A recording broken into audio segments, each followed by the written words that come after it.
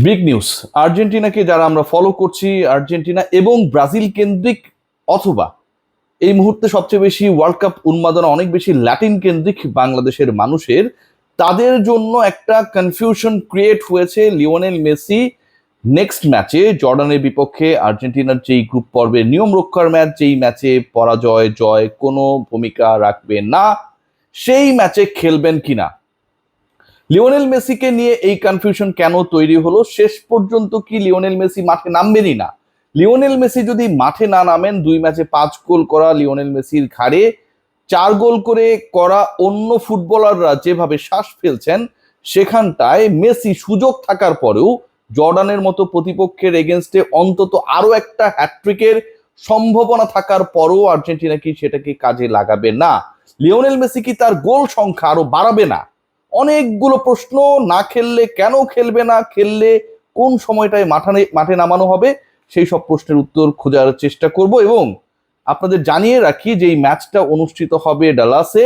সেই ম্যাচের টিকিটের মূল্য অফিসিয়ালি যেটা $300, সেটা নাকি পেরিয়ে গেছে $3000 প্লাস।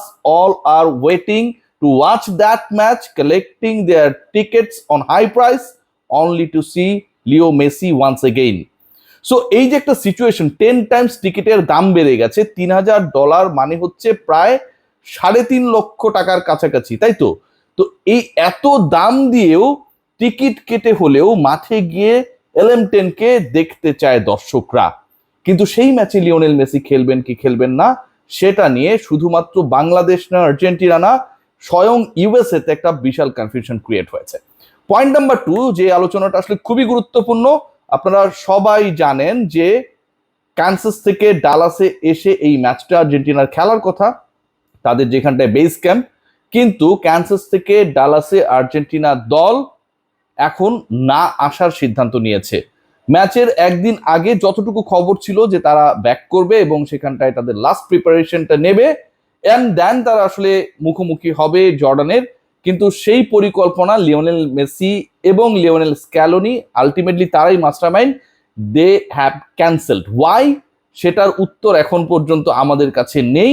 তারা লাস্ট প্র্যাকটিস বা প্রিপারেশনটা ক্যান্সাসই নিতে চায় এবং ম্যাচের দিন ইনফ্যাক্ট সেখানটায় এসে খেলতে চায়। Let's see what happen.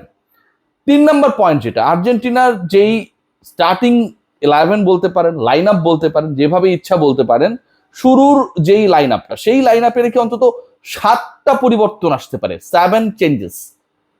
11 John footballer মাঠে নামবেন এবং সেই 11 জনের মধ্যে 7টা পরিবর্তনের সম্ভাবনা রয়েছে, যার একটা নিয়ে ফিসফাস চলছে, ভয়ঙ্কর ধরনের আলোচনা চলছে, সেই লিওনেল মেসির কথা আমি জানিয়েছি।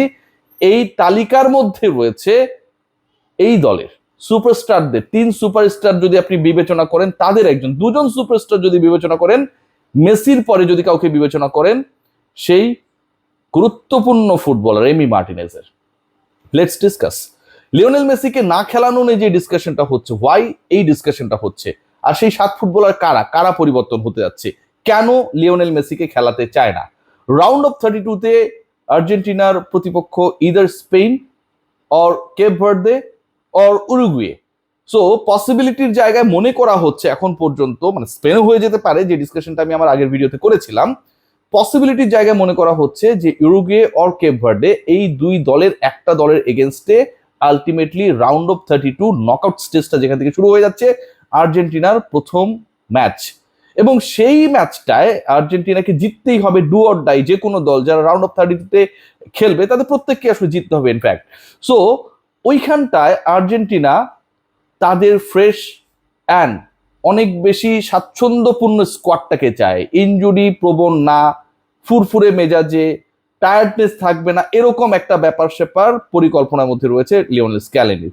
এখানটা শুধু শেষ না, রাউন্ড অফ 32-র পরে আপনি যদি রাউন্ড অফ 16-কে চিন্তা করেন, সেখানটায় প্রবাবল প্রতিপক্ষ কলম্বিয়া টাইপের কোনো একটা দল এক্সপেক্ট করা হচ্ছে, এবং যেই দলের বিপক্ষেও আলটিমেটলি আর্জেন্টিনাকে শক্তির দৌড়ে, শক্তিমত্তার যে হিসাব নিকাশ রয়েছে, সেখানটায় সমান তালে পাল্লা দিতে হবে, শুধুমাত্র স্কিল দিয়ে হবে না। আমরা যদি কোয়ার্টার ফাইনাল স্টেজে যাই, টপ 8-এর যে লড়াই, যদি Argentina round of 32 and round of 16 জিতে যায়, তাহলে সেখানটায় সবচেয়ে বিগেস্ট ম্যাচেস গুলোর in the ever history of the world cup হতে যাচ্ছে। সেই ম্যাচটায় আর্জেন্টিনা একদিক থেকে যদি জিতে জিতে যায়, অপর দিক থেকে মানে তাদের প্রতিপক্ষ হয়ে যাবে পর্তুগাল, তারা যদি একই ফ্লোতে আগায়। সো পর্তুগালের এগেনস্টে আর্জেন্টিনা যদি টপ 8-এ মুখোমুখি হয়, সেই ম্যাচ ডিসাইড করবে যে এই গ্রহের, এই বিশ্বের বেস্ট এভার দুজন ফুটবলারের একজন টিকে থাকবেন, আরেকজনের বিদায় করবে। এবং সেটা it's not going to be a easy task for Argentina and Portugal, দুই টিমের জন্য। এরপরে ব্রাজিলের প্রতিপক্ষ হওয়ার সম্ভাবনা রয়েছে যদি সেই ম্যাচে আর্জেন্টিনা তাদের উইন কনফার্ম করে। ব্রাজিলের বিপক্ষে সেমিফাইনালসে তাদের খেলতে হবে। সো এই যে আমি বললাম, সেমিফাইনালে ব্রাজিল যদি সবকিছু ঠিক থাকে, কোয়ার্টার ফাইনালে পর্তুগাল, রাউন্ড অফ 16-এ তাদের প্রতিপক্ষ হতে পারে কলম্বিয়া, রাউন্ড অফ 32-তে তাদেরকে প্রতিপক্ষ হতে পারে কেপ ভার্দে। শক্তিমত্তার এই জায়গাগুলোতে আর্জেন্টিনা আসলে সকল ধরনের টেনশনের জায়গা, যেটা কনফিউশনের জায়গা, যেটা নিয়ে আসলে একটা দল ভুগতে পারে ইনজুরি, সেটা থেকে দূরে থাকতে চায়। সো পর্যাপ্ত বিশ্রাম এনশোর করার জন্য আসলে Lionel Messi and his company, যারা ইফেক্টিভ, তাদেরকে বিশ্রাম দেওয়ার একটা পরিকল্পনা চলছে। এবং একই সাথে যেই ফুটবলারদেরকে পরখ করা হয় নাই, ধরেন ইনফ্যাক্ট এই যে ক্রিস্টিয়ান রোমেরো ইনজুরিতে পড়েছেন, তার পরিবর্তে আপনি যাকে খেলাবেন, সেটা তো ইনজুরিতে পড়ার কারণেই আপনি আরেকজনকে খেলানোর সুযোগ পাচ্ছেন। এখানটায় আপনি সেই বিলাসিতা দেখাতে পারেন, কারণ একটা ম্যাচে আপনি যদি মনে করেন যে আপনি ড্র করবেন, আপনি রিস্ক নেবেন না, আপনি জয়ের চেষ্টা করবেন না জর্ডান এগেনস্টে, কোনো প্রবলেম নাই। কিন্তু নকআউট স্টেজে কিন্তু সেই জায়গাটা একটা বড় ফ্যাক্টর হয়ে যাবে।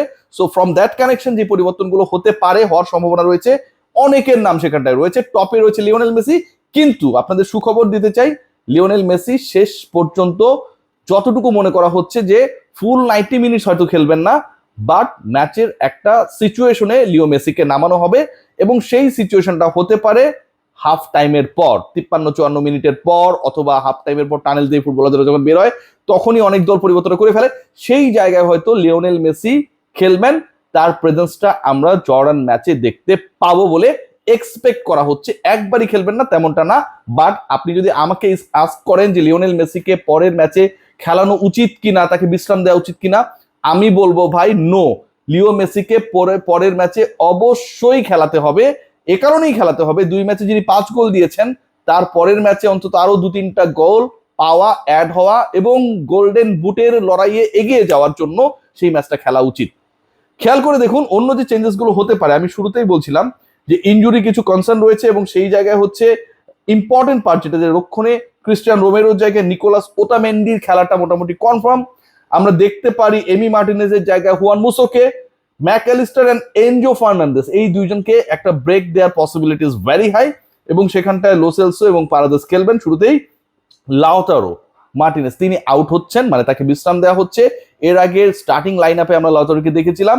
এবার সেই জায়গাটায় যতটুকু মনে করা হচ্ছে যে হুলিয়ান আলভারেজ শুরু করবেন, মানে তিনি পরবর্তীতে বদলি হিসেবে নেমে খেলেছিলেন ঠিকই, বা স্টার্টিং লাইন আপে আমরা আলভারেজকে দেখিনি।